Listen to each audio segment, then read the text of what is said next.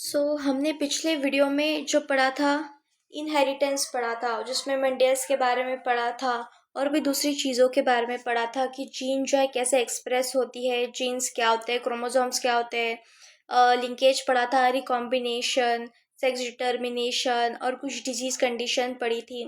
लेकिन आज हम इस चैप्टर में पढ़ेंगे मॉलिक्यूलर बेसिस। जो भी हमने पिछला डिस्कस किया था, तो अब वो हमारे बॉडी में मॉलिक्यूलर लेवल पे किस तरह से हो रहा है उसको हम आज इस चैप्टर में कवर करेंगे। Okay, molecular basis of inheritance. Molecular basis of inheritance chapter का नाम। तो इसको हम स्टार्ट करते हैं, ज़्यादा लेट नहीं करते हुए हम इसको स्टार्ट कर देते हैं। Okay, In the previous chapter, you have learned the inheritance patterns and the genetic basis of such patterns. So पहले के चैप्टर में हमने क्या पढ़ा था? इनहेरिटेंस के पैटर्न्स को पढ़ा था और उसका genetic basis of such patterns. At the time of Mendel, the nature of those factors regulating the pattern of inheritance was not clear. So Mendel के टाइम पे जो फैक्टर्स थे उनके बारे में, मतलब उनका पैटर्न जो इनहेरिटेंस का इतना क्लियर नहीं था.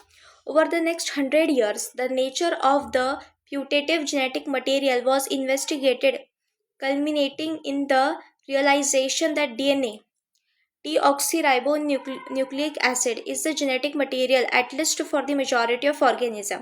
उसके बाद जैसे रिसर्च आगे बढ़ा तो पता चला कि जो डीएनए है, डीऑक्सीराइबोन्यूक्लिक एसिड, वो क्या है? जेनेटिक मटेरियल है. ठीक है, ज़्यादातर ऑर्गेनिजम्स का जेनेटिक मटेरियल है, सिर्फ कुछ वायरसेस को छोड़ करके जो आरएनए को यूज़ करते हैं as genetic material. Okay, so in class 11 you have learned that nucleic acids are polymers of nucleotides. तो क्लास 11 में हमने क्या पढ़ा था कि जो न्यूक्लिक एसिड्स रहते हैं वो पॉलीमर्स रहते हैं न्यूक्लियोटाइड्स के, मतलब न्यूक्लिक एसिड्स न्यूक्लियोटाइड से बने रहते हैं. ठीक, उसका स्ट्रक्चर भी हम आगे देखेंगे क्या है पूरा. Deoxyribonucleic acid and ribonucleic acid are the two types of nucleic acid found in living system. ये दो तरह के न्यूक्लिक एसिड है जो लिविंग सिस्टम में पाए जाते हैं. ठीक, डीएनए और RNA. So DNA act as a genetic material. So DNA जो है जेनेटिक मटेरियल रहता है in most of the organisms. RNA though is also acts as a genetic material. RNA भी जो है जेनेटिक मटेरियल का काम करता है, लेकिन सिर्फ वायरसेस में होता है. Mostly functions as messenger RNA, लेकिन आरएनए का ज़्यादातर काम जो है मैसेंजर आरएनए का काम होता है. RNA has additional roles as well. It functions as adapter. इसका काम अडाप्टर का काम होता है. Structural and in some cases catalytic molecule, जैसे कि कौन सा हो गया, tRNA हो गया, rRNA हो गया. तो tRNA अडाप्टर का काम करता है, rRNA कैटालिसिस का काम करता है, mRNA जो है वो इंफॉर्मेशन पास डाउन करने का काम करता है. सो इस तरह के काम होते हैं RNA के. So class 11 you have already learned these structures of nucleotides and the way these monomer units are linked to form nucleic acid polymers. So 11th standard में तो पढ़ा ही है कि मोनोमर यूनिट्स किस तरह से जो है पॉलीमर्स बनाते हैं न्यूक्लिक एसिड के. In this chapter we are going to discuss the structure of DNA. इसमें भी हम स्ट्रक्चर पढ़ेंगे डीएनए का, ऑब्वियसली उसका रेप्लिकेशन पढ़ेंगे. The process of making RNA from DNA जो कि होता है ट्रांसक्रिप्शन पढ़ेंगे. जेनेटिक कोड के बारे में पढ़ेंगे that determines the sequence of amino acids in proteins. The process of protein synthesis, translation पढ़ेंगे, and the elementary basis of the regulation. Elementary basis, so in process को regulation के कुछ basis पढ़ेंगे जो कि operon होता है, इसके बारे में हम लोग पढ़ेंगे. The determination of complete nucleotide sequence of human genome during last decade has set in a few era of genomics. In the last section, the essentials of human genome sequencing and its consequences will also be discussed. फिर human genome sequencing के बारे में पढ़ेंगे last section में.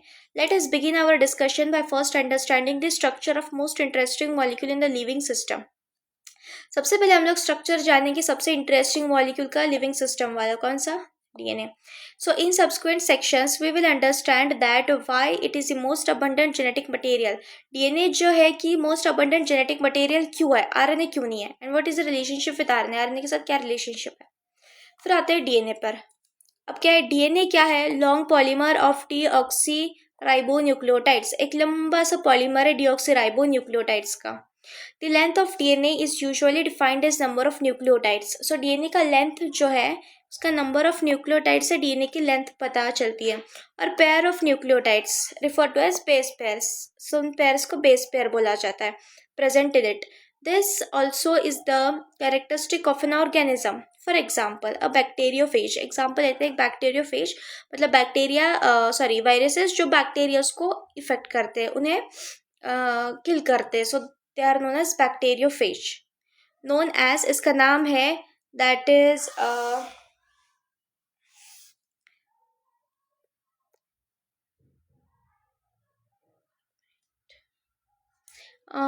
Sorry for a delay, so इसका नाम जो है वो है थीटा इंटू 174, इसका नाम है, ठीक है। सो ये जो बैक्टीरियोफेज है इसका नाम हैज़ 5386 न्यूक्लियोटाइड्स। सो इसके पास 5000 सॉरी हाँ 5386 न्यूक्लियोटाइड्स है। सो बैक्टीरियोफेज लैम्डा, और एक और बैक्टीरियोफेज है जो कि लैम्डा 48,500 टू बेस पेयर से इसके पास, ठीक। फिर आते हैं एस्केरिशिया कोलाई जो बैक्टीरिया है जिसके पास है 4.6 into 10⁻6 base pair. And haploid content of human, so human का हैप्लॉइड डीएनए जो है उसमें कितने बेस पेयर्स होते हैं, 3.3 इंटू 10⁻9 बेस पेयर्स, इतने होते हैं, ठीक है। सो let us discuss the structure of such a long polymer. अब इसका हम स्ट्रक्चर पढ़ेंगे कि डीएनए किस तरह का होता है। फिर आता है structure of polypeptide chain. So let us recapitulate the chemical structure of a polynucleotide chain, RNA DNA, ठीक है।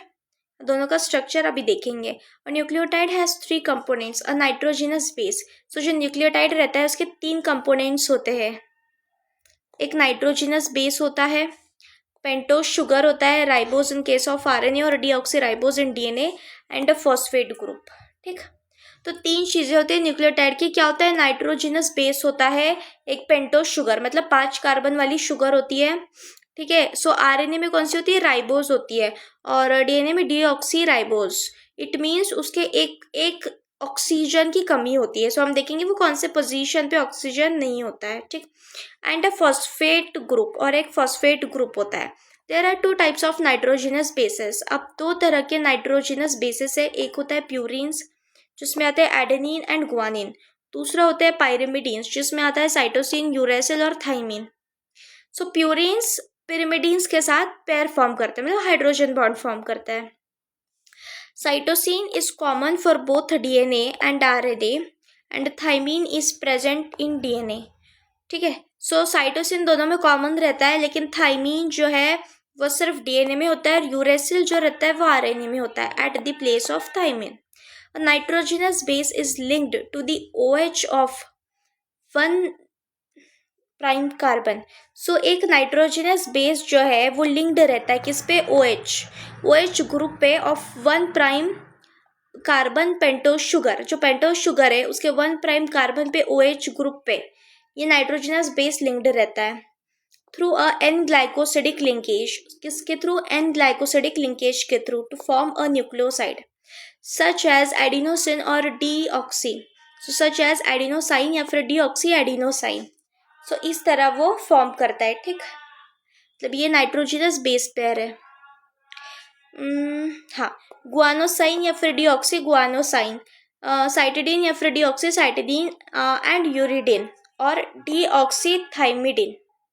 देखो अगर वो आरएनए के ऊपर लगता है, नाइट्रोजनस बेस पर अगर आरएनए के ऊपर है तो वो एडिनोसाइन कहलाएगा, डीएनए के ऊपर है तो डीऑक्सी एडिनोसाइन कहलाएगा, और गुआनोसिन है तो वो आरएनए के ऊपर है तो गुआनोसिन, डीएनए के ऊपर है तो डीऑक्सी गुआनोसिन, और साइटिडिन जो है आरएनए के ऊपर, डीऑक्सी साइटिडिन किसके ऊपर, डीएनए के ऊपर। यूरिडिन जो है क्योंकि आरएनए में यूरासिल होता है इसलिए यूरिडिन आरएनए में, और डीऑक्सीथाइमिडिन जो है वो डीएनए में। When the phosphate group is linked to, जब एक फॉस्फेट ग्रुप लिंक्ड होता है OH of 5' carbon of a nucleoside through phosphoester linkage के through, a corresponding nucleotide deoxynucleotide depending upon the type of sugar present is formed, ठीक है। सो nucleoside क्या होता है, न्यूक्लियोसाइड वो होता है जिसमें क्या है, शुगर है मतलब वो शुगर का बैकबोन है प्लस नाइट्रोजिनस बेस है, वो होता है न्यूक्लियोसाइड। लेकिन न्यूक्लियोटाइड क्या होता है? जिसके पास तीनों कंपोनेंट्स है, जिसके पास एक शुगर है, नाइट्रोजिनस बेस है और एक फॉस्फेट ग्रुप है। ठीक, तो ये होता है nucleotide. Okay, so two nucleotides are link together, और दो न्यूक्लियोटाइड्स जो है वो एक दूसरे के साथ लिंक होते हैं 3' to 5' phosphodiester linkage to form dinucleotide. More nucleotides can be joined in such a manner to form polynucleotide chain. So 3' 5' phosphodiester bond से दो न्यूक्लियोटाइड्स जुड़े रहते हैं। ठीक, और ऐसे कई न्यूक्लियोटाइड्स जोड़ करके एक पॉलीन्यूक्लियोटाइड की चेन बनाते हैं। Polymer thus formed has at least one, so polymer जो फॉर्म्ड होगा हैज एटलीस्ट वन एंड, एक एंड उसका फ्री रहता है। ठीक, फ्री फॉस्फेट मोइटी रहती है 5' end of sugar which is refer to as 5' end of polypeptide chain. ठीक है, सो उसके 5' एंड मतलब जो 5th पोजीशन वाला कार्बन रहता है उसके ऊपर फॉस्फेट ग्रुप जो जुड़ा रहता है उसकी मोइटी खाली रहती है। इट मीन्स उसका एक कार्बन खाली रहता है जिसके ऊपर कोई ग्रुप नहीं जुड़ा रहता है। सो उसको जो है 5' एंड बोलेंगे जो खाली रहता है। एक 3' एंड खाली रहता है, एक 5' एंड खाली रहता है। Okay, so similarly at other end, so वैसे ही दूसरे एंड पे other end of the polymer the sugar has free OH of 3' carbon. Free OH रहता है of 3' carbon group which is refer to as 3' end of the polynucleotide chain. Okay, यहाँ देखते हैं, यहाँ पे होगा ना। हाँ, देखिए ये रहा पॉलीन्यूक्लियोटाइड चेन है ये। इसमें ये फॉस्फेट ग्रुप जो है वो खाली है, 5' फॉस्फेट इसका खाली है, इसके आगे कुछ भी नहीं लगा हुआ है, ये खाली है। और इसको 5' इसलिए बोला है क्योंकि ये 5th कार्बन पे है, 5th कार्बन पे ही जुड़ा हुआ है, इसलिए इसको 5' बोलेंगे। और उसके बाद देखो ये जो ये 3rd वाले कार्बन पे जुड़ा है, ये जो कार्बन है ये 3rd वाला कार्बन है और यहाँ पे एक हाइड्रोक्सिल ग्रुप है, इसलिए इसको बोलेंगे 3' हाइड्रोक्सिल। ठीक, तो एक फॉस्फेट जुड़ा है, ये जो है शुगर है, पेंटोज शुगर, 5 कार्बन, 1 2 3 4 5 कार्बन वाली शुगर है ये। ठीक है, ये नाइट्रोजनस बेस है, adenine, thymine, guanine, cytosine. Okay, ये हो गई शुगर, इसका ये 5वां कार्बन है। उसके बाद ये जो 3rd वाला कार्बन है इसके ऊपर जुड़ा है फॉस्फेट, फिर ये 5वें वाले कार्बन के साथ इधर जुड़ा है और ये शुगर मॉलिक्यूल, फिर उसके इसके साथ ये जुड़ा है। तो इस टाइप से ये जुड़ा हुआ रहता है। ठीक है, इसका शुगर मॉलिक्यूल का भी स्ट्रक्चर होगा आगे।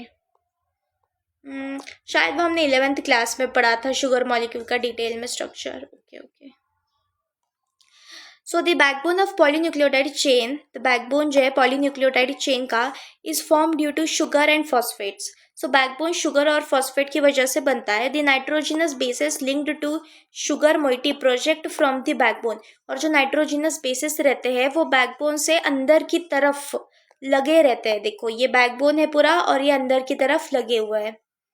ठीक है,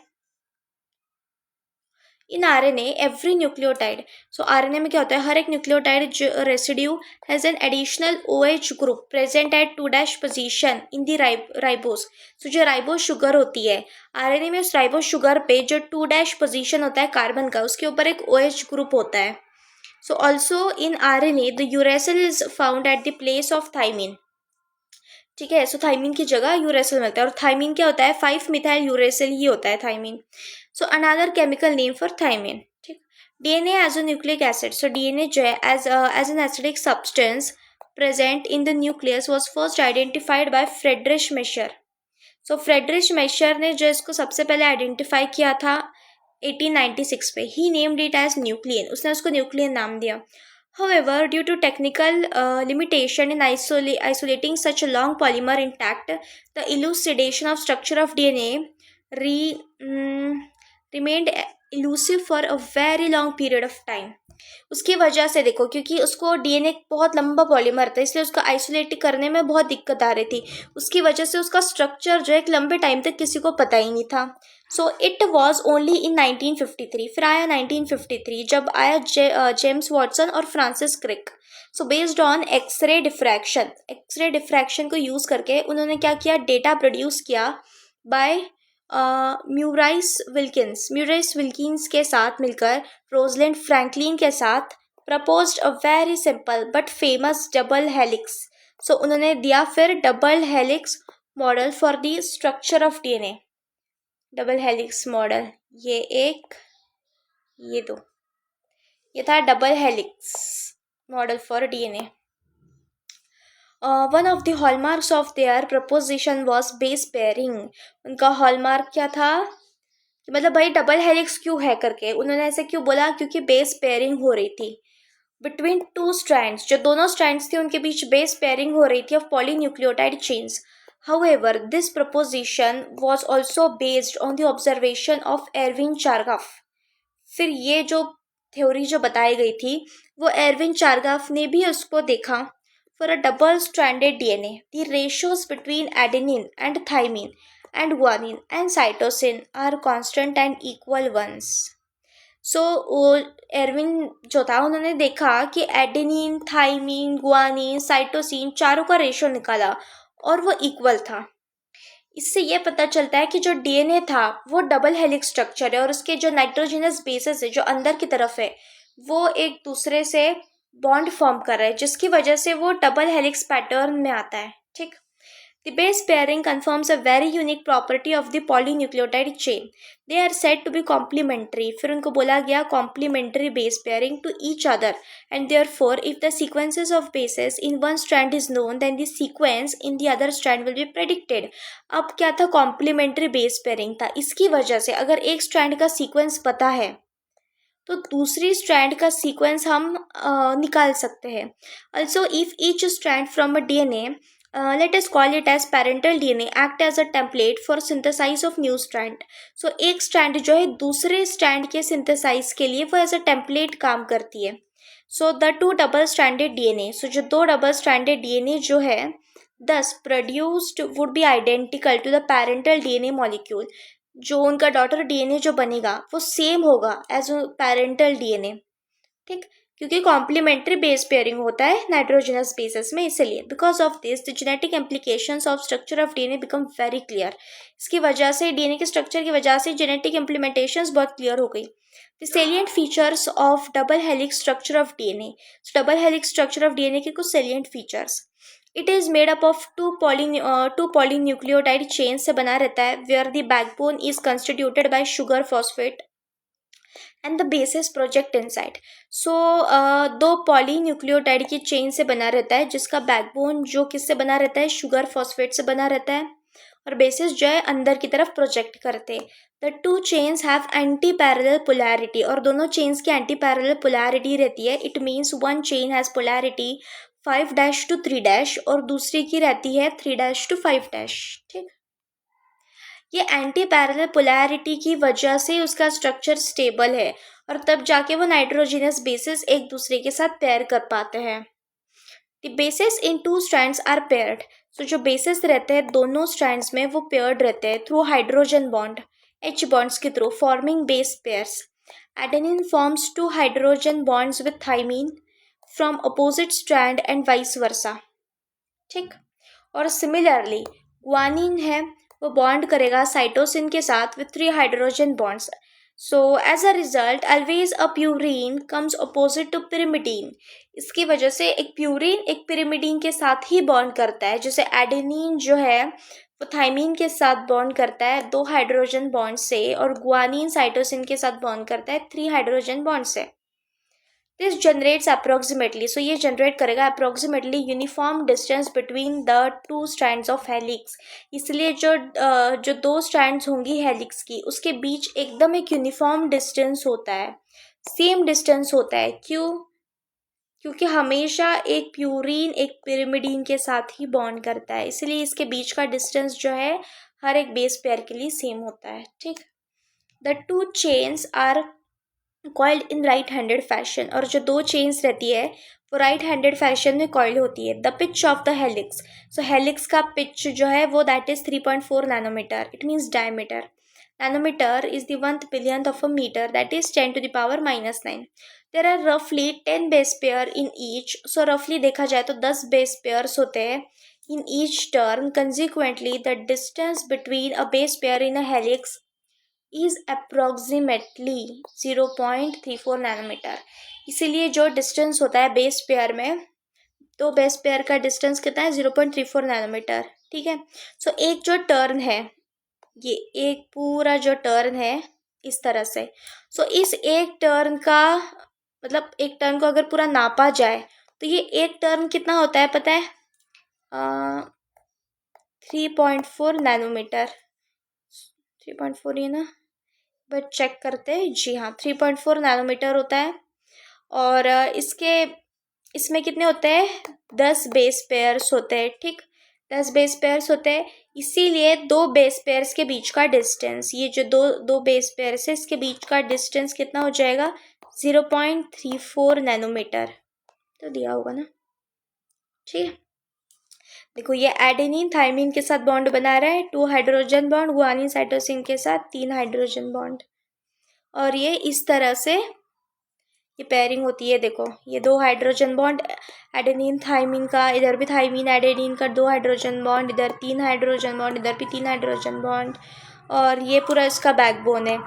this is sugar phosphate, sugar phosphate, sugar phosphate, sugar phosphate, sugar phosphate backbone. ठीक. और अंदर की तरफ जो है वो नाइट्रोजनस बेसेस. ठीक. The plane of one base pair stacks over the other in double helix. So जो प्लेन होता है एक बेस पेयर का, वो दूसरे के ऊपर होता है in the double helix. This in addition to H bond confirm stability. इसी की वजह से, जो हाइड्रोजन बॉन्ड की वजह से क्या होता है, स्टेबिलिटी आती है हेलिकल स्ट्रक्चर में. ठीक है. So compare the structure of purine and pyrimidines. Can you find out why the distance between two polypeptide chain in DNA remains almost constant? देखो प्यूरिन का स्ट्रक्चर देखो, पिरिमिडिन का स्ट्रक्चर देखो, उसके बाद बताना कि इन दोनों जो है चेन्स उसके बीच का डिस्टेंस जो है वो कांस्टेंट क्यों होता है. इसका आंसर देना. The proposition of double helix structure for DNA and its simplicity in explaining the genetic implication become revolutionary. Very soon Francis Crick proposed the central dogma. उसके बाद क्या, फ्रांसिस क्रिक ने क्या दिया? सेंट्रल डोगमा दिया in molecular biology which states that genetic information flows from DNA, RNA, protein. Oh wait. So genetic information जो है flow करती है डीएनए से आरएनए और आरएनए से प्रोटीन. इस तरह से दिया उसने सेंट्रल डोगमा. सबसे पहले होता है डीएनए. डीएनए का होता है replication, it means DNA double हो जाता है. फिर डीएनए से होता है ट्रांसक्रिप्शन, इट मीन्स क्या, एमआरएनए बनता है. फिर होता है translation, it means protein.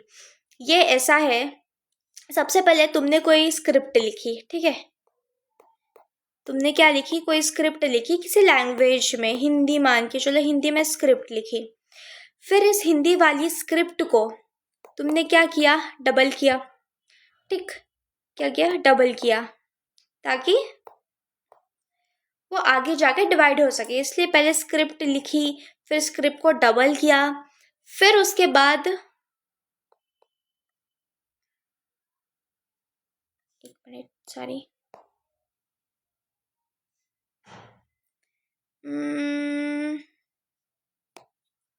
Okay. सो इसको हम फिर से करते हैं. जैसे कि कोई एक चीज़ है, मान के चलो कोई बुक है. ठीक, तो सबसे पहले वो बुक है. ओके. फिर उस बुक का है टाइटल. फिर उस टाइटल को किया तुमने डबल.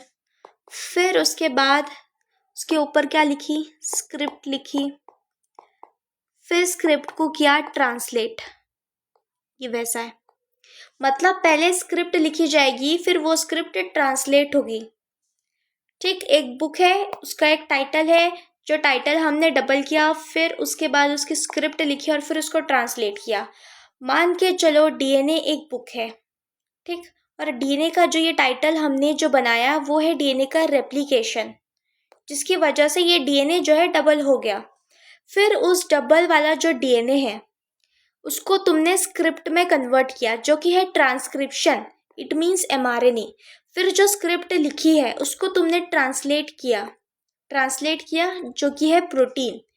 आप लोगों को ये समझ आ रहा है क्योंकि तुमने क्या किया है, ट्रांसलेट किया है उसको। तो इसी तरह से हमारे बॉडी में ये प्रोसेस होती है। पहले डीएनए होता है, डीएनए डबल किया जाता है, उसके बाद क्या होता है, वो ट्रांसक्रिप्शन होता है, फिर ट्रांसलेशन होता है। अब ये डीएनए जो डबलिंग है, ये और ये और ये जो कुछ प्रोसेसेस जो यहाँ दिखाई गई है, इसका भी अपना एक अलग टाइमिंग होता है कि डीएनए डबल कब होगा, फिर उसका ट्रांसक्रिप्शन कब होगा, फिर उसका ट्रांसलेशन कब होगा, वो हम आगे जा कर के पढ़ेंगे। बट इन तीनों प्रोसेस को क्या बोला जाता है, सेंट्रल डोग्मा बोला जाता है, जो दिया था फ्रांसिस क्रिक ने। So in some viruses the flow of information is in reverse direction. कुछ वायरसेस में क्या होता है, flow of information reverse direction में होता है।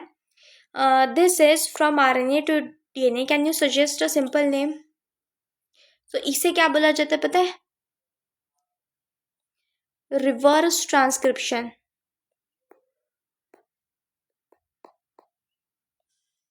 रिवर्स ट्रांसक्रिप्शन बोलते हैं जहां पर क्या होता है, आरएनए से डीएनए बनता है, ये वायरसेस में होता है।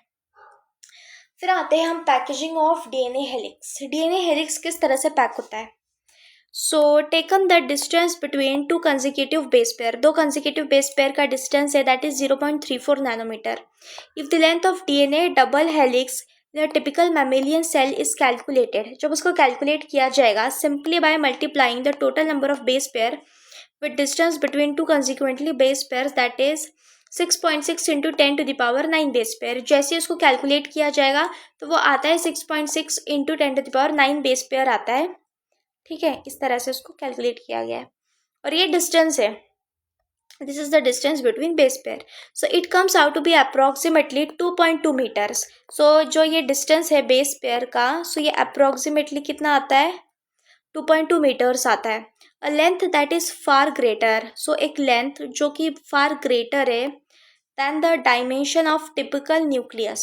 So a length that is far greater than the dimension of typical nucleus, approximately 10 to the power minus 6 meter. So how is such a long polymer packed in cell?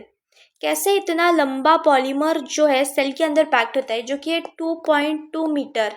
तो अपना cell तो इतना मतलब इतना नहीं होता है, बट सेल जो होता है वो कितना कम होता है, वो छोटा सा एकदम नैनोमीटर का एक सेल होता है, नैनोमीटर नहीं, हाँ छोटा सा एकदम माइक्रोमीटर का एक सेल होता है, और उस माइक्रोमीटर के सेल के अंदर तुम 2.2 मीटर का डीएनए कैसे पैक करोगे? So if the length of E coli DNA, so मान के चलते हैं ई कोलाई डीएनए का लेंथ है 1.36 millimetre. Can you calculate the number of base pairs in E coli? इसको कैलकुलेट करके बता देना कितना आ जाएगा। In prokaryotes such as E coli, though they do not have a definite nucleus. So prokaryotes E coli में क्या होता है, उनका खुद का डिफाइनेट न्यूक्लियस नहीं होता है। DNA is not scattered throughout the cell. फिर भी डीएनए जो थ्रू आउट सेल में स्कैटर नहीं होता है। DNA being negatively charged is held with some proteins. So DNA जो नेगेटिवली चार्ज्ड रहता है तो वो कुछ प्रोटीन्स के साथ जो है बंधा हुआ रहता है। So that has positive charges, जिनके पॉजिटिव चार्जेस हो गए तभी तो जाके नेगेटिव पॉजिटिव जो है एक दूसरे के साथ अट्रैक्ट करेगा और बाइंड होगा। In the region termed as nucleoid region में वो एक दूसरे से बंधा रहेगा। ठीक, तो DNA nucleoid is organized in large loops में ऑर्गेनाइज्ड रहता है, held by proteins. So in eukaryotes, this organization is much more complex. There is a set of positively charged. So यहाँ पे क्या है, set है positively charged basic proteins का called as histones. A protein acquires charge depending on the abundance of amino acids residues with charged side chains.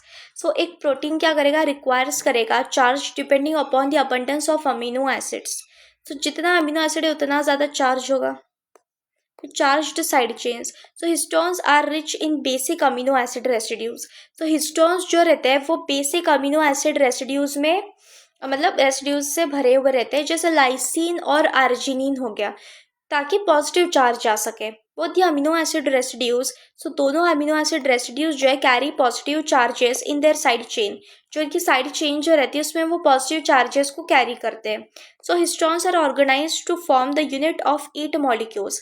फिर histone के जो वो प्रोटीन्स होते हैं वो इस तरह से ऑर्गेनाइज होते हैं कि वो 8 मॉलिक्यूल का एक स्ट्रक्चर बनाते हैं जिसे हिस्टोन ऑक्टामर बोला जाता है. The negatively charged DNA is wrapped around the positively charged histone octamer to form structure called nucleosome. फिर जो नेगेटिवली चार्ज डीएनए रहता है उसको रैप किया जाता है ये पॉजिटिवली हिस्टोन ऑक्टामर के साथ और उस स्ट्रक्चर को बोला जाता है nucleosome. A typical nucleosome contains 200 base pairs. So एक टिपिकल न्यूक्लियोसोम में 200 बेस पेयर्स होते हैं डीएनए हेलिक्स के. Nucleosomes constitute the repeating unit of a structure in nucleus called chromatin. फिर ये न्यूक्लियोसोम जो है वो एक स्ट्रक्चर बनाता है रिपीटिंग यूनिट का जिसे क्रोमैटिन बोला जाता है. ये होता है thread like stained coloured bodies. So thread like होता है, स्टेन्ड कलर बॉडीज होती है सीन इन न्यूक्लियस, न्यूक्लियस के अंदर पाई जाती है. The nucleosomes in chromatin are seen as beads on string. So ये जो है न्यूक्लियोसोम्स किस तरह से दिखाई देते हैं, बिड्स ऑन स्ट्रिंग मॉडल की तरह. Structure when viewed under electron microscope. तरह स्ट्रक्चर होगा ना, ये देखो ये एक स्ट्रिंग है इसके ऊपर बीड्स है, जैसे एक स्ट्रिंग है इसके ऊपर बीड्स है.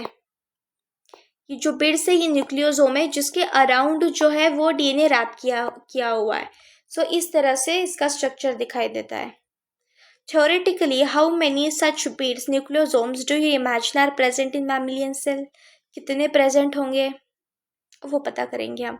The beads on string structure in chromatin is packed to form chromatin fibres.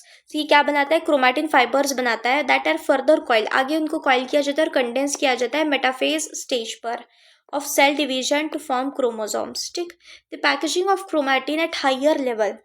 So higher level पर packaging of chromatin requires additional set of proteins. कुछ सेट चाहिए रहते हैं, collectively are refer to as non histone proteins. फिर उन्हें non histone chromosomal proteins बोला जाता है, non histone chromosomal NHC proteins. So in typical nucleus some region of chromatin are loosely packed. सो एक न्यूक्लियस के अंदर क्या होता है ना, कुछ क्रोमैटिन का रीजन रहता है जो बहुत लूजली पैक्ड होता है और जो हल्का स्टेन देता है, refer to as euchromatin, उसे यू क्रोमैटिन बोला जाता है. The chromatin that is more densely packed, जो ज़्यादा डेंसली पैक्ड रहता है एंड स्टेन्स डार्क और called as heterochromatin. Euchromatin is said to be transcriptionally active chromatin. So euchromatin क्या रहता है, ट्रांसक्रिप्शनली एक्टिव रहता है. इट मीन्स ये प्रोटीन बना सकता है आगे जा करके. बट हेट्रोक्रोमैटिन इनएक्टिव रहता है, इट मीन्स प्रोटीन नहीं बना सकता ये. Okay. The search for genetic material. अब पढ़ेंगे कि जेनेटिक मटेरियल कैसे पता किया, कि डीएनए जो एक जेनेटिक मटेरियल होता है वो कैसे पता चला. The search for genetic material. Even though the discovery of nucleon by Meissner and the proposition for principles of inheritance by Mendel were almost at the same time, but the DNA acts as genetic material took long to discovered and proven. So DNA को genetic material proof करने के लिए काफ़ी लंबा time लगा. So by 1926, quest to determine the mechanism for genetic inheritance had reached the molecular level. So previous discoveries by Gregor Mendel, Walter Sutton, Thomas Hunt Morgan, and numerous other scientists had narrowed the search to the chromosomes located in the nucleus of most cells. So इन सब ने क्या किया था, काफ़ी search किया था chromosomes के ऊपर जो कि लोकेटेड रहते हैं न्यूक्लियस के अंदर of the most cells. But the question of what molecule was actually the genetic material had not been answered. तो यही पता नहीं चला कि क्या मॉलिक्यूल है जो जेनेटिक मटेरियल का काम करता है. फिर आया transforming principle. Okay. So in 1928 Frederick Griffith in a series of experiments with Streptococcus pneumoniae. So उसने एक बैक्टीरिया पे एक्सपेरिमेंट किया जो कि था स्ट्रेप्टोकोकस निमोनाई था, pneumonia causing bacteria. Streptococcus pneumoniae bacterium responsible for pneumonia witnessed a miraculous transformation in bacteria. Bacteria में transformation हुआ. During the course of his experiment, a living organism, एक living organism, low bacteria, had changed in physical form. एक bacteria है उसके physical form ही change हो गया. अब कैसे हुआ, So when streptococcus pneumococcus bacteria are grown on a culture plate, so जब ये streptococcus pneumonia बैक्टर को कल्चर प्लेट पे ग्रो किया गया, some produce smooth shiny colonies. कुछ ने जो है क्या प्रोड्यूस की, स्मूथ, एकदम स्मूथ शाइनी कॉलोनीज प्रोड्यूस हुई. while others produce rough colonies, एक ने रफ कॉलोनीज प्रोड्यूस की. This is because S strain जो था, जो स्मूथ कॉलोनीज बना रहा था बैक्टीरिया, है वो म्यूकस, एक म्यूकस सिक्रीट करता था वो, जो कि एक पॉलीसेक्राइड का कोट था. वेल आर स्ट्रेन जो है डज नॉट, आर स्ट्रेन नहीं कर पाता था. So mice infected with the S strain, जो कि वायरुलेंट स्ट्रेन था, die from pneumonia infection, but mice infected with R strain does not develop pneumonia. देखो ये रहा एस स्ट्रेन जो स्मूथ कॉलोनीज बना रहा था, ये वायरुलेंट था, इसको माइस के अंदर इंजेक्ट किया, माइस मर गया. आर स्ट्रेन डाला जो वायरुलेंट नहीं था, रफ कॉलोनीज बना रहा था, उसको माइस के अंदर इंजेक्ट किया, माइस जिंदा रह गया. ठीक. Griffith was able to kill bacteria, so Griffith ने क्या किया, बैक्टीरिया को किल कर दिया by heating them. He observed that heat killed S strain bacteria injected into mice did not kill them. फिर ठीक है, उसने क्या किया, ये एस स्ट्रेन डाला, हिट किल्ड था, हिट किया बैक्टीरिया, बैक्टीरिया मर गया, उसने डाला माइस के अंदर, माइस नहीं मरा, माइस जिंदा रह गया. एस स्ट्रेन डाला जो कि हिट किल्ड था, फिर आर स्ट्रेन डाला जो कि जिंदा था, फिर इंजेक्ट किया, माइस मर गया. देखो यहाँ हमने जब एस स्ट्रेन डाला हिट किल्ड वाला तो माइस जिंदा रह गया, यहाँ लेकिन हिट किल्ड वाला डाला, माइस मर गया. आर स्ट्रेन जिंदा डाला क्योंकि आर स्ट्रेन तो इन्फेक्ट नहीं कर रहा था, लेकिन फिर भी माइस कैसे मरा. So when he injected a mixture of heat killed S and live R bacteria, the mice died. Moreover, he recovered living S bacteria from the dead mice. अब उसको क्या मिला, लिविंग एस बैक्टीरिया मिला डेड माइस से. कैसे? So he concluded that R strain, जो R strain bacteria जो था, had somehow been transformed. So R strain जो जिंदा बैक्टीरिया था वो किसी तरह से बदल गया. किससे बदल गया, by heat killed S strain bacteria. So some transforming principle, कुछ तो ट्रांसफॉर्मिंग प्रिंसिपल होगा जो ट्रांसफर किया गया from heat killed S strain had enabled the R strain to synthesise a smooth polysaccharide coat. So ऐसी कोई चीज एस स्ट्रेन से आर स्ट्रेन में चली गई जिसने उसको स्मूथ पॉलीसेक्राइड कोट सिंथेसाइज करने दिया और वो become virulent. This must be due to transfer of genetic material. हो सकता है कि जेनेटिक मटेरियल का ट्रांसफर हुआ हो. However the biochemical nature of genetic material was not defined from his experiments.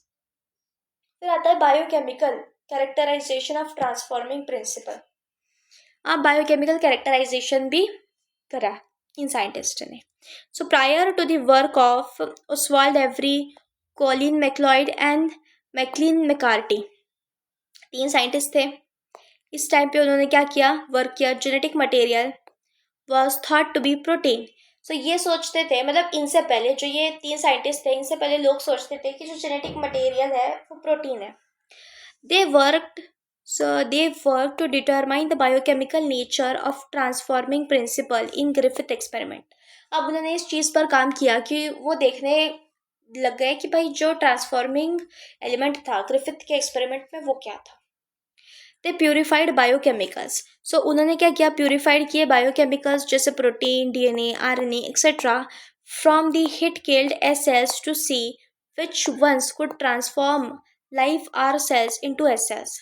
सो जो हिट किल्ड एस सेल्स था उसमें से उन्होंने प्रोटीन निकाला, डीएनए निकाला, आरएनए निकाला और भी कुछ बायोमॉलिक्यूल्स निकाले होंगे, और फिर वो देखना स्टार्ट किया कि उन्होंने आर जो लाइव सेल्स थे उसको कैसे ट्रांसफॉर्म किया. They discovered that DNA alone from S bacteria caused R bacteria to be become transformed. So उन्होंने ये देखा कि सिर्फ एक डीएनए ही था जो एस बैक्टीरिया से आर वाले बैक्टीरिया को ट्रांसफॉर्म कर रहा था. They also discovered that protein digesting enzymes. So उन्होंने क्या किया, डिस्कवर किया protein digesting enzymes protease and RNA digesting enzyme RNase did not affect transformation. So the transforming substance was not a protein और RNA. फिर उनको पता चला कि ट्रांसफॉर्मिंग सब्सटेंस प्रोटीन आरएनए नहीं है. Digestion with DNAs did inhibit the transformation suggesting that DNA caused the transformation. So they concluded that DNA is the hereditary material, but not all biologists were convinced. उनका experiment अच्छा था, but उनका experiment इतना भी अच्छा नहीं था कि सब बायोलॉजिस्ट कन्विंस्ड हो जाए. देखो उन्होंने क्या किया ना, जो एस स्ट्रेन जो था, एस स्ट्रेन हिट किल्ड वाला, ठीक, एच के मतलब हिट किल्ड जो एस स्ट्रेन था उसमें से उन्होंने लिया आरएनए लिया, डीएनए लिया और क्या लिया, प्रोटीन लिया। इन चीज़ों को उससे उन्होंने एक्सट्रैक्ट किया। फिर 3 टेस्ट ट्यूब्स लिए, ओके, ये 3 टेस्ट ट्यूब्स लिए उन्होंने।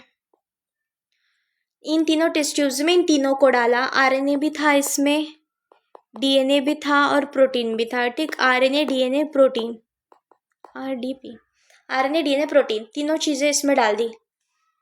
फिर इसमें डाला आरएनएज जो आरएनए को तोड़ देगा, फिर इसमें डाला प्रोटीएज जो प्रोटीन को तोड़ देगा, फिर इसमें डाला डीएनएज जो डीएनए को तोड़ देगा। अब इसमें ये डाल दिए केमिकल्स, इसमें डाला, ठीक, फिर इसको डाला, इसको और इसको, फिर इसको जो बैक्टीरियाज थे, इन बैक्टीरियाज के जो बायोमॉलिक्यूल्स थे, इसको किया माइस में इंजेक्ट, माइस के अंदर डाला, जो कि इसमें आरएनए था तो उसने आरएनए को ख़त्म कर दिया। तो मतलब डीएनए तो वैसा ही है, डीएनए और प्रोटीन वैसा ही है, तो माइस क्या हो गया, मर गया, ओके। उसके बाद इसमें उसने डाला प्रोटीज, मतलब प्रोटीन ख़त्म हो गया और आरएनए और डीएनए वैसे ही रहा, तो भी माइस क्या हो गया, मर गया। फिर इसमें डीएनए ख़त्म हो गया लेकिन प्रोटीन और आरएनए तो वैसे ही जो कि इन्फेक्ट नहीं कर रहा था, तो माइस क्या हो गया, जिंदा बच गया। तो ये किया, लेकिन ये काफ़ी कंफ्यूजिंग लगा उस टाइम के साइंटिस्ट को, तो इन्होंने इस पर इतना ध्यान नहीं दिया। तो ये पूछ रहा है कि डीएनएज और डीएनएज में क्या डिफरेंस है, ये बताना मुझे। The genetic material is DNA. अब हर्शे चेज जो थे उन्होंने एक बहुत ही तगड़ा एक्सपेरिमेंट दिया जिससे पूरा प्रूफ हो गया कि डीएनए ही जेनेटिक मटेरियल है। The unequivocal proof that DNA is a genetic material came from the experiments of Alfred Hershey and Martha Chase. इन दोनों ने जो एक्सपेरिमेंट दिया उससे कंफर्म हो गया। They worked with viruses. So इन्होंने वर्कड किया with viruses that infect bacteria called bacteriophages. The bacteriophages जो है attaches to bacteria and its genetic material that enters the bacterial cell. ठीक, बैक्टीरियोफेज अटैच हो जाएंगे बैक्टीरिया को और उसका जेनेटिक मटेरियल जो है बैक्टीरियल सेल के अंदर जाएगा। The bacterial cell treats the viral genetic material as if it was its own, और जो बैक्टीरियल सेल है वो ट्रीट करेगा वायरस के जेनेटिक मटेरियल को उसके खुद की तरह। Subsequently manufacture more viruses particle, जिससे और ज़्यादा वायरसेस पार्टिकल मैन्युफैक्चर होंगे। Hershey and Chase work to discover whether it was protein और DNA from the viruses that entered the bacteria. So अब वो उन्होंने देखा कि भाई वो प्रोटीन था कि डीएनए था जो वायरस से जो बैक्टीरियोफेज से जा रहा था बैक्टीरिया के अंदर। So they grew some viruses on a medium that contained radioactive phosphorus. So उन्होंने जो है वायरसेस को 2 मीडियम पे ग्रो किया, एक में क्या था, रेडियो एक्टिव फॉस्फोरस था और दूसरे मीडियम पे क्या था, रेडियो एक्टिव सल्फर था। जो रेडियो एक्टिव फॉस्फोरस था वो उसके डीएनए में जाके इनकॉर्पोरेट हो गया और जो रेडियो एक्टिव सल्फर था वो उसके प्रोटीन में जाके इनकॉर्पोरेट हो गया। So viruses grown in presence of radioactive phosphorus contained radioactive DNA but not radioactive protein, because DNA contains phosphorus but protein does not. So similarly, viruses grown on radioactive sulfur contained radioactive protein but not radioactive DNA, because DNA does not contain sulfur. ठीक, so ये उसका basic एक principal था। फिर आते हैं radioactive phages were allowed to attach to E coli bacteria. फिर उन फेजेस को अटैच करवा दिया ई कोलाई बैक्टीरिया से। Then as the infection proceed, जैसे इन्फेक्शन बढ़ा, the viral coats were removed from the bacteria by agitating them in a blender. Blender होता है, ब्लेंडर घुमाया ब्लेंडर में तो जो उसका वायरल जो कोट था ऊपर वाला वो हटा दिया गया।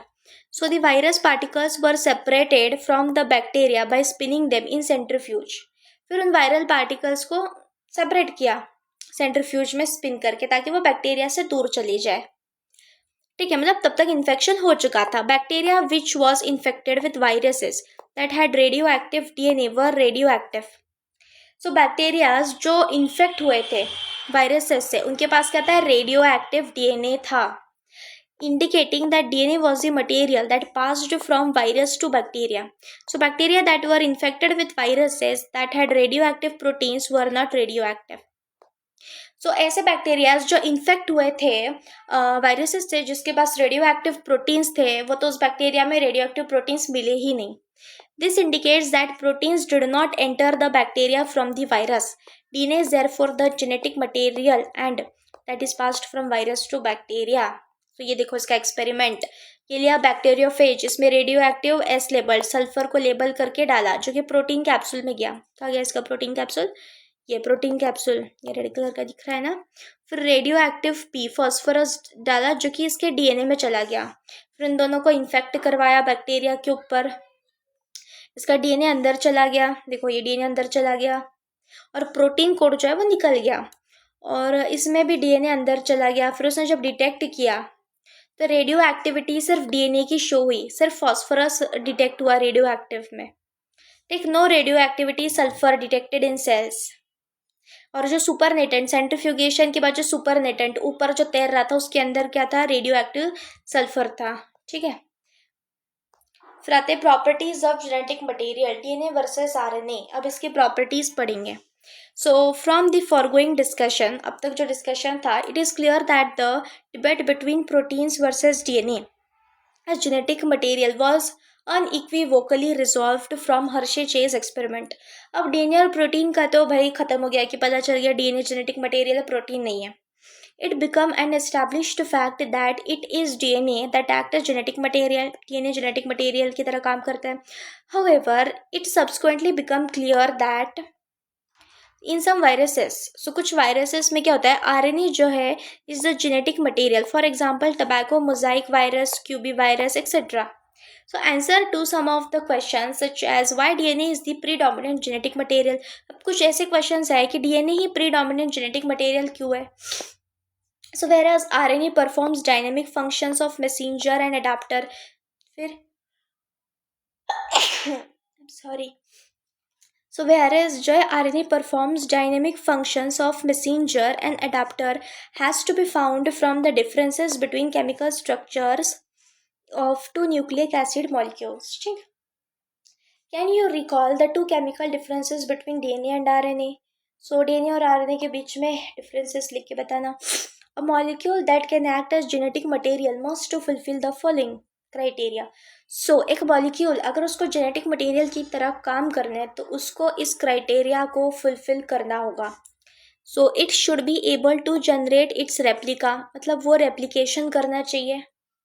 ठीक. डबल होना चाहिए. It should be stable chemically and structurally. उसका स्ट्रक्चर और उसका केमिकल कंपोजिशन स्टेबल होना चाहिए. इट मीन्स उसमें बार बार म्यूटेशंस नहीं होने चाहिए. So it should provide this scope for slow changes. उसमें चेंजेस होने चाहिए लेकिन वो स्लो चेंजेस होने चाहिए. Mutations that are required for evolution, जो इवोल्यूशन के लिए ज़रूरी हो. It should be able to express itself. So उसने खुद ने एबल करना चाहिए express itself in the form of Mendelian characters. Mendelian characters में खुद को उसने एक्सप्रेस करना चाहिए. तो ये सारे जो चारों के चारों पॉइंट्स हैं, ये चारों पॉइंट्स फिट बैठते डीएनए को, आरएनए को नहीं बैठते. क्यों? क्योंकि आरएनए जो है रेप्लिकेशन नहीं करता है. आरएनए जो है केमिकली स्ट्रक्चरली स्टेबल नहीं है क्योंकि उसके फिफ्थ वाली जो शुगर है उसके ऊपर OH ग्रुप अटैच्ड होता है जिसकी वजह से वो ज़्यादा रिएक्टिव होता है RNA. It should provide this scope for slow changes. नहीं, स्लो चेंजेस नहीं होते, उसमें बहुत फास्ट चेंजेस होते हैं आरएनए में, उसमें ढेर सारे म्यूटेशंस होते रहते हैं.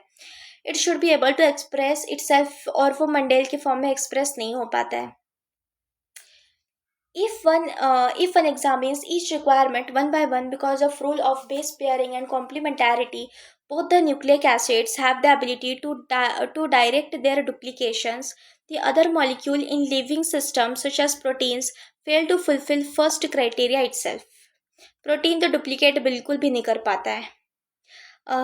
No. RNA also does not have the ability for duplication. The genetic material should be stable enough not to change with different stages of life cycle. So genetic material stable होना चाहिए ताकि वो change ना हो सके with different stages of life cycle, age, or with change in physiology of the organism. Stability as one of the properties of genetic material was very evident in Griffith transforming principles itself, that hit which killed the bacteria. At least it did not destroy some of the properties of the genetic material.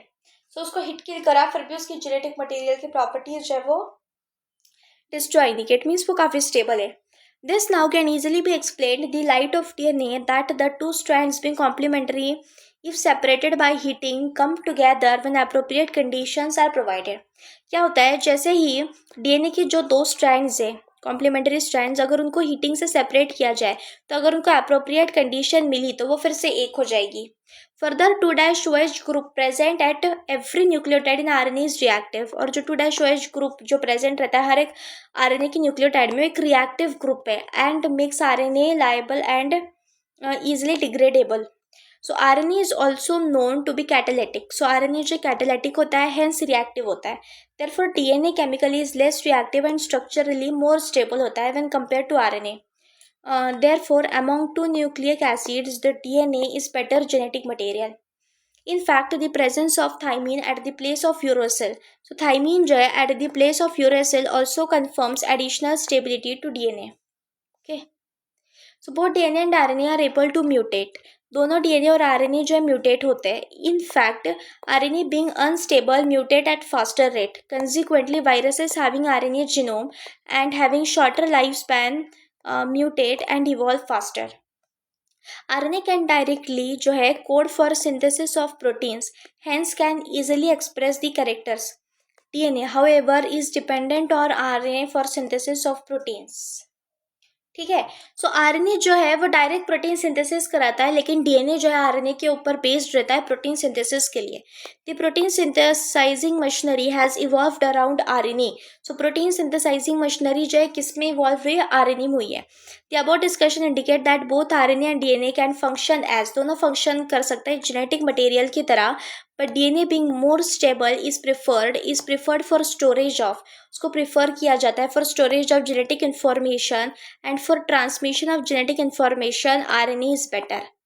और अगर genetic information को transmit करना है तो RNA better होता है. ठीक है. फिर